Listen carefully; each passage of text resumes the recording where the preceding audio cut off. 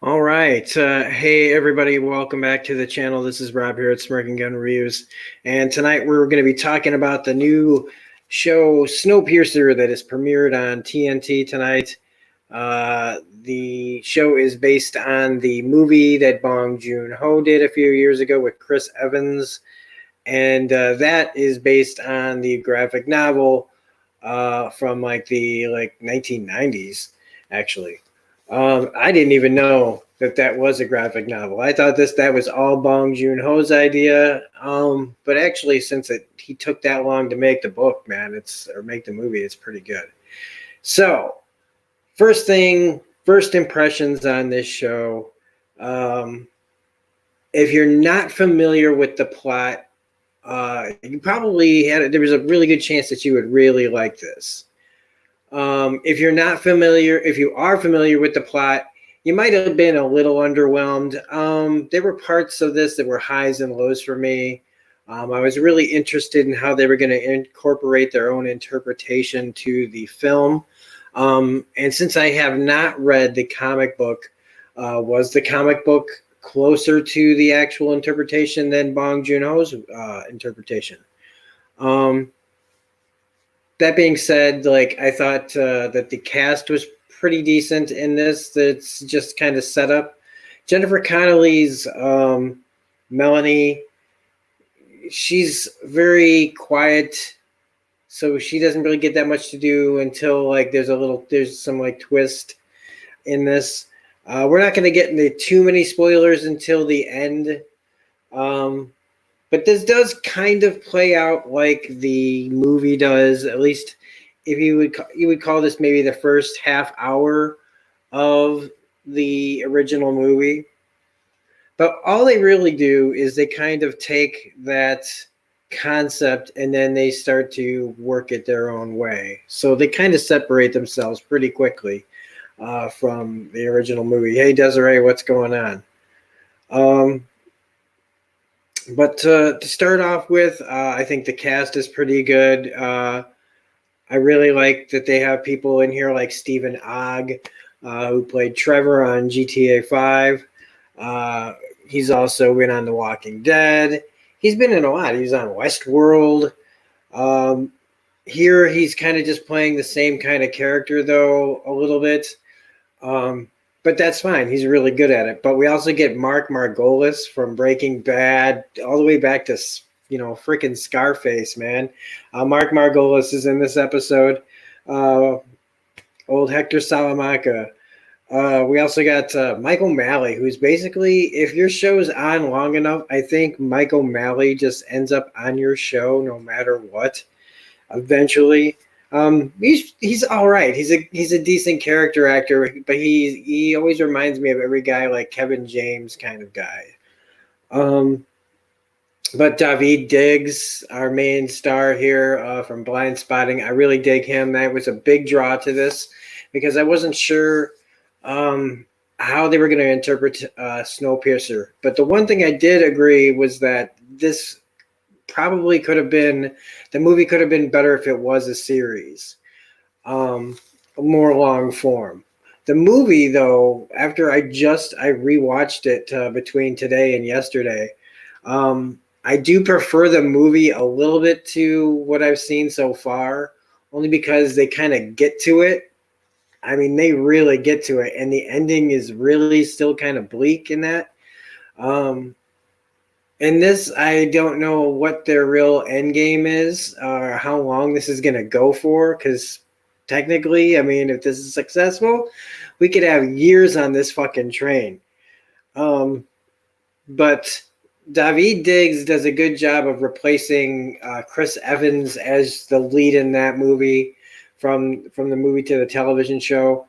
Especially how good he is in that movie, Blind Spotting. I really like this guy a lot. I think he's going to be huge, and I hope this show is good and successful so that he gets bigger and bigger parts because he's awesome in this. But so far, he doesn't have too much to do that isn't a little cliche.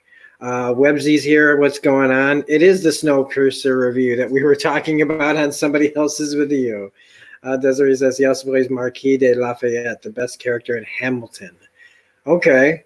That's right. People keep talking about that, and I've never seen Hamilton.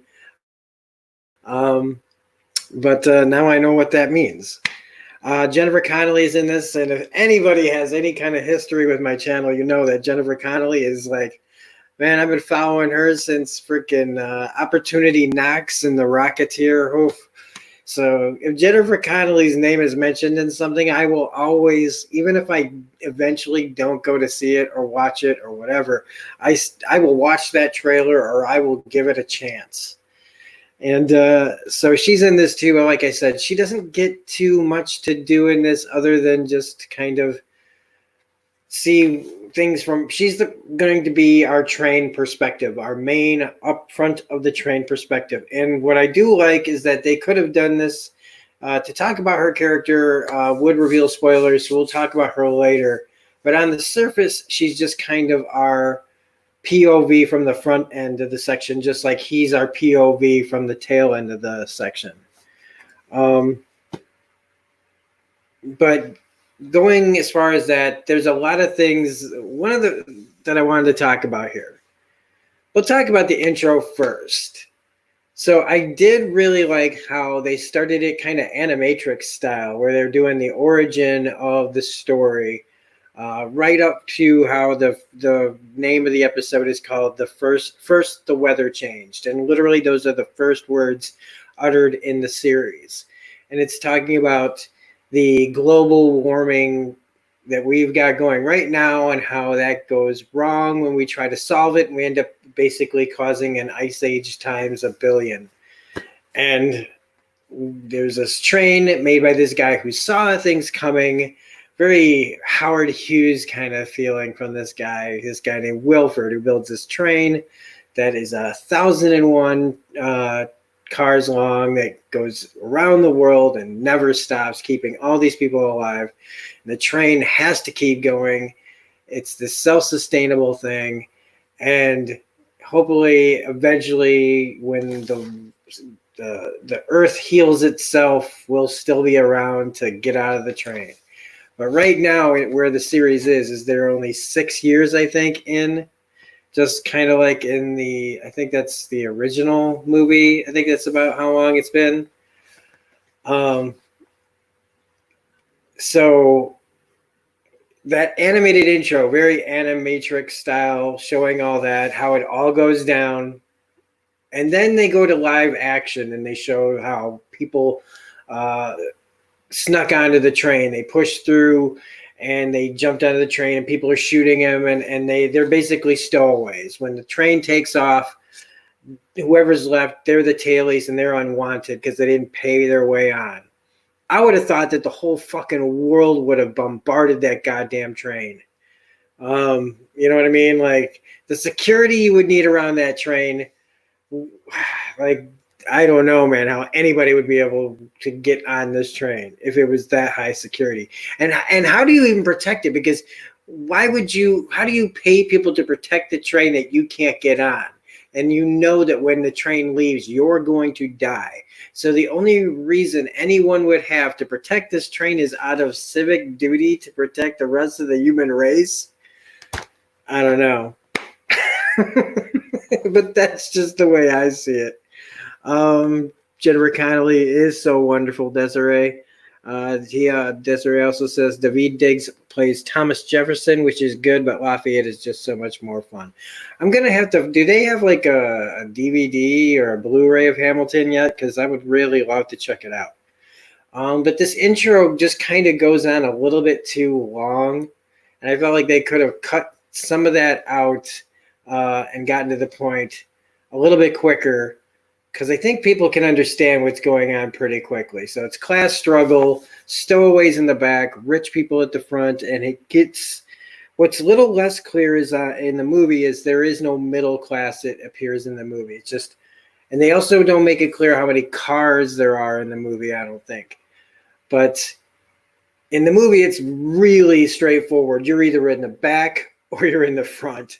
There is no middle class. And in this, it appears to have like more layers, like third class, second class, first class. So this really is more of a class struggle series, and I think that works out a little bit better in a long form television series. But right off the bat, I'll say this: it's a little boring. It's a little boring, and part of that is due to the fact that I know the source material so well. I finished watching the movie before, so we were treading over a lot of very similar stuff that I'd just seen. So part of that boredom comes from that, the familiarity. If you've never seen it before, if you've never seen Snowpiercer the movie before, you probably were. It was probably really impressive, a lot of it. But other than the ways that I was watching them diverge from the film, those were the parts that were grabbing me. But unfortunately, in a lot of the ways that they were grabbing me weren't in ways that I wanted them to go. And it comes all the way right off the bat to TNT having this show. When I first heard that they were making a Snowpiercer show, I thought, like, oh, great. Like, this is going to be on HBO or Amazon or Hulu. And then I find out I literally just found out recently that it was on TNT. And when I heard that, I was like, no, it's not. It's not on TNT, because TNT to me is just, honestly, I've never been that big of a fan. When I was younger, I used to love watching TNT because I was into watching ER reruns and Angel reruns, but I never really liked any of their original content. Never have. It's the channel that, where if my grandmother didn't have TNT, I'll say this: if my grandmother hadn't had TNT for a long time, she would never have any cop shows to watch for like 24/7 while she was, running out the clock. But that's the thing, is like TNT just to me is like this very procedural type of channel. And so this is a huge departure to me for them. And even when you can say, oh, they got shows like this or that, and I still watch them, and I'll look at clips and I'll still say they're still running by the same formulas that all those other shows do. You look in any of those shows and you're going to find some sort of thing that, like a network executive note to be like, no, this is what works for our channel. So we need to make sure that people that come to this channel still get that little bit of this that they like and that we have in all our programs. And one of those major things are these little cop motifs. Like, I feel like him being a detective in this show, like, why did he have to be a homicide detective?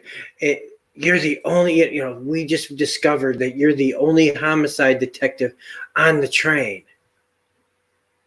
Like, why would that? Okay, I can see how if somebody made like a wish list of people that you'd want on a train for let's say a very extended period of time, right? I would think that even then, way down that goddamn list, way down, like really far down amongst, I guess, essential workers category, and even then really way down on that list would be homicide detective. And so I didn't understand why they were really hammering it home that this was important, that he was a homicide detective, and that if he could help them solve this murder that's on the train. Because that's, again, you're not far. What did I write? What did I write down? Well, it wouldn't be TNT if there wasn't a homicide detective solving a murder at some point on the show, or some form of cop, or like the medical examiner solving crimes, or whatever, like the guy who works the front desk, solving crimes, whatever. That's what they're going to hit. And they hit that in this, and they keep pounding it home. When really it could have just been a cop. Like, hey, somebody got killed. Do we know anybody that has a background in military or police work? Anybody will do. Why does it have to be a homicide detective specifically? But they really were making that a point. But the twist in this beginning, and this was the first twist that kind of got me, was that Daveed Diggs is the homicide detective in question, and he's also the leader of the revolution. And on the eve of this, like right there on the moment that they are about to have a revolution, they are literally going to revolt, his name is called to come to the front and go with them. Now, I'm playing fucking commercials behind me. Because I couldn't find it on my DVR, so I'm just like, well, it's playing again. So guess what? Ads for all these are on my channel. Maybe I'll get blocked for this. Who knows? So hopefully you're watching this live before it gets all blocked. Who knows? But anyway, so literally right as they're revolting, he gets his name called up, and he just kind of stands up. He's like, shh, shh, shh, shh, shh. Everybody be cool. I'm just gonna go with these guys. We're not gonna revolt now. It's like they just kind of said truce, but they didn't know that they were about to revolt. I mean, in fact, I guess in a way I understand why he didn't just say fuck this, let's attack them. Like maybe we're about to find out that they're gonna cave, right? Because that's how it usually works. But he goes with them, and that I guess was the twist. Was that like unlike in the movie when they decide to attack, they fucking attack. But in this, their attack is stalled unknowingly to the front people by taking this man up to the front that the revolution has now been put on pause. So that was a little nice diversion from just the straight up attack. I thought that his reaction to the meal that they put in front of him, which was just a simple grilled cheese sandwich and a bowl of tomato soup. Now, I hate tomato soup. But I know that if I was eating those bars and all my life, for like 3 years or 6 years or however long it's been that they've been on that train, I look at that tomato soup, man, I'm going to be licking the bowl so hard that my tongue will probably shoot through the bottom. And that look on his face of like joy and sadness and guilt and suspicion all at the same time as he's looking in their eyes of like, why is this food in front of me? But also, I'm so happy to see it. I can smell it. I want to taste it, but I feel guilty because, all these people in the back don't know, they could have this sandwich and here I am sitting there eating this wonderful sandwich. But why would they give this to me? They must want something from me. So he goes through all these emotions and they're all right on his face. And Daveed does such a great job of doing it. Until he finally, in this scene, you can see he gets more comfortable as they start asking him questions. He kind of just starts ripping the food a little bit more as he gets more agitated with here comes the catch to all this nice treatment. Yeah, so they have a murder. They want to know what it is. Apparently somebody 2 years ago cut some dicks off. Somebody. And they found somebody for it and they stuck him in a drawer, which is kind of like cryo freeze, but like it works. And now it's happened again and somebody else's dick got cut off. I'm like, okay, now we're really in TNT territory, man. It is fucking SVU on the fucking train now. We even get like little snarky remarks from the people on the train talking like they're detectives and people on the streets of New York where like, hey, these people in their football, you mean soccer players, like being snide with each other. I don't know. It's just a little, the writing, that some of the dialogue is just kind of really, it's that kind of banter you see again on procedurals. So that mix of like cinematic mixed with a television kind of small procedural form is where it's kind of losing me. And yeah, I go on a bit about the whole thing about him needing to be a homicide detective, but he does need allies, and that's why I thought, he becomes, if he takes this deal, they say he can become a third-class person, which means he can get out of the detail, be a cop up there, and then try to work the system from within. And that's where I thought, okay, that would be that's a good job. Like that's a good way to start this long form series. But then, right, like we're halfway through this episode, and they finally hit another cliche, which is where they start talking about love and relationships and how it's hard finding love on the train. And I went, oh fucking A. So that means along the way we're gonna run into romantic interests and shit like that because we have to. We can't just have good stories where people just grow and change as they go without having to find somebody that they, I don't know. Or there'll be a love triangle coming up probably. And somebody's gonna at some point somebody's gonna have a there's gonna be a point where somebody's pregnant on the train, right? And their water's gonna break, and then they're gonna need to be really quiet, but they're giving birth at the same time, and like the cops are coming to arrest them, and they have to be really quiet, but the train's bouncing around really hard and everything, and you see where I'm going. It feels like this show is gonna hit like every cliche all the way through. And somewhere wrapped around all of that crap is a good story with good characters, or characters who could be better if not for better poor cliched writing, and ignoring and if you can get around that, then you can see past all that. Then there is something good to watch here, and I will continue to watch it probably for at least the first 5 episodes, because you can't always tell how good a show is going to be from a pilot. Not every pilot's going to be like the pilot from Lost. Like not everything just comes right out the gate running. Sometimes episode 2 or 3, all of a sudden, you build up something and then you smack them and people go, oh, this is what's really going to be going on. All right. So I will be paying a pretty good amount of attention to what this show is going through over the next few weeks. I do wish they had gotten Allison Pill to be the school teacher, or at least one of the school teachers in here, just because she's so great in that role from the movie. There's also a point in this where the cliche is they offer, this guy something to do what they want. And I just noticed this in just about everything is the so-called villains, which would be from the front of the train, always offer the carrot and then the stick. Right, so they offer him something really great, and that guy always like, I got pride, and I can't let my people down, and I would be less heroic if I took the deal, and they always do that, and he does it here too, or at least he stalls, and he says that he's not going to agree to anything until later. But I always feel like it's like, why not just take the carrot and then work the system from within, and then boom, by the end of it, we had to just go a really long way to get there. That's the decision that's made.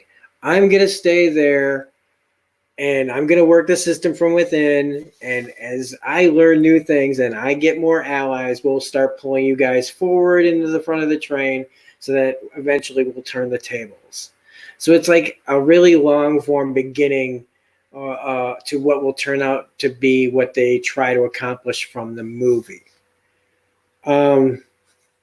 In the end, it's still got some potential, but I just feel like right now there's just not much happening. And even when they have the fight near the end, which thought that this was going to be their revolution, it stalled because he returns to talk them down because they're outnumbered and they didn't get very far. And I was really disappointed in that because that fight was really great.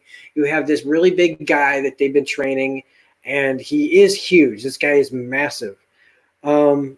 I got sad because, well, they've already failed, and they're probably going to, if they don't kill these guys, right, and they'll probably put the big guy's arm, okay, because at the end of this, right, they get stopped. We're going to start getting into some spoilers here, guys. They demand justice, and they say they're going to take somebody's arm, and I imagine it'll probably be one of the big guy's arms, which means we'll have a big guy walking around with one arm.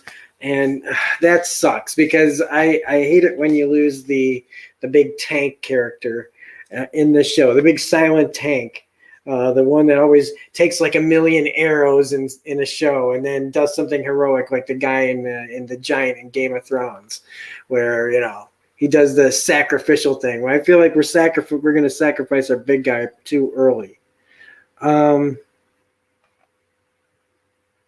And then we also have the cliched talk down, which is what I'm like when he comes back to talk the guys into going into the drawers, so that he can have them up in the front of the train for when they're ready to take the train. But it's like another hostage situation too. It's like, these are my guys, let me take care of it. These are my guys, and going in hostage negotiation 101. Like, we even have that in the first episode. So it feels like a cop procedural shoved inside something I really like. But not, and that makes it lesser because it's not even doing that in a way that's very different than you'd see anywhere else. And other than that, like, let's see, getting his people trained, blah, blah, blah, blah, blah, blah. And then the twist at the very end. The twist at the very end being that Jennifer Connelly's Melanie is actually Wilford. Or at least that's what they say. So she kind of like does everything. And she does it apparently with some sort of incognito, like that nobody knows except for key people. If that's what I'm reading right into this, is that she's the actual person who runs the train or made the train or made the engine. In the movie, it was Ed Harris. In the show, it's going to be her, I think. And that's fine. So anyway, it was all right. It wasn't the greatest thing I've ever seen in the world. I was a little disappointed in how I feel walking away from it, but I do still feel really excited to see where it's going to go. But if it sticks too much to the cop procedural thing and a lot of the other cliches, and after about 5 episodes, I don't care what happens. They could try to do another Red Wedding. It doesn't matter. But so far, so good. I'll still come back to it. And that's my recommendation. So if you like this review, please hit the like button, comment, share, subscribe, hit the bell for all notifications. Otherwise, this is Rob, and thanks for being here for this live broadcast. And we will see you guys on the next video. Bye. And sorry I didn't get to all your comments and everything. I'll check them out. Mantis is here. Oh my gosh. All right. See you guys later.